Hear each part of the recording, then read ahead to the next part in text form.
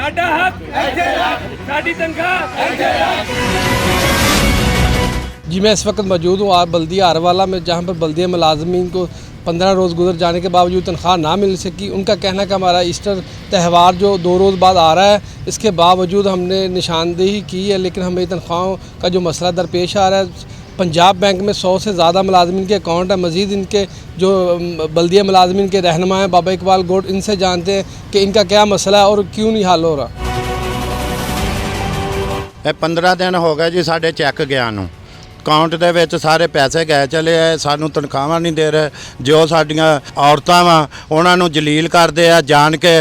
ਜਿਹੜੇ ਕੈਸ਼ੀਅਰ ਆ ਇਹ ਕਦੀ ਉਧਰਲੇ ਕਾਊਂਟਰ ਤੇ ਚਲ ਜਾਓ, ਕਦੀ ਉਧਰਲੇ ਕਾਊਂਟਰ 'ਚ ਚਲ ਜਾਓ, ਤੇ ਗੂਠੇ ਵੀ ਲਵਾ ਲਏ ਆ ਬਾਇਓਮੈਟਰ ਦੇ, ਤੇ ਫਿਰ ਵੀ ਜਿਹੜੇ ਸਾਡੇ ਆ ਨਾ ਇਹ ਚੈੱਕ ਨਹੀਂ ਪਾਸ ਕਰਦੇ ਪਏ। ਸਾਡੀਆਂ ਤਨਖਾਹਾਂ ਨਾ ਬੈਂਕ ਵਿੱਚ ਗਈਆਂ ਵਾ ਤੇ ਉਹ ਕਦੀ ਉਸ ਕਾਊਂਟਰ ਤੇ ਅਸੀਂ ਜਾਂਦੇ, ਕਦੀ ਉਸ ਕਾਊਂਟਰ ਤੇ ਸਾਡੀ ਕੋਈ ਸੁਣਦਾ ਹੀ ਨਹੀਂਗਾ, ਤੇ ਉਹ ਚੈੱਕ ਚੁੱਕ ਤੇ ਪਰਾਂ ਸਿੱਟ ਦਿੰਦੇ ਆ।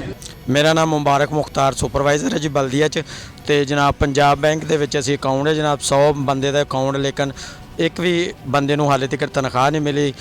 ਈਸਟਰ ਆ ਰਿਹਾ ਜਨਾਬ, ਈਸਟਰ ਦੀ ਵਜ੍ਹਾ ਨਾਲ ਬਹੁਤ ਲੋਕ ਪਰੇਸ਼ਾਨ ਆ, ਲੇਕਿਨ ਪੰਜਾਬ ਬੈਂਕ ਵਾਲਾ ਅਮਲਾ ਨਾ ਉਹਦੇ मैनेजर कोई भी दाद रस्सी नहीं कर रहे। कभी उस काउंटर से कभी उस काउंटर से औरतां मर्द जनाब जलील हो रहे।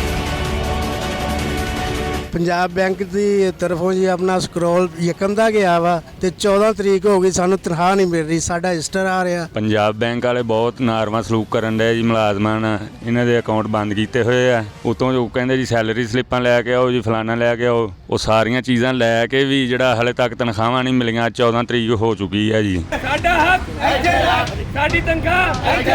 साडा हक साडी तनख्वाह।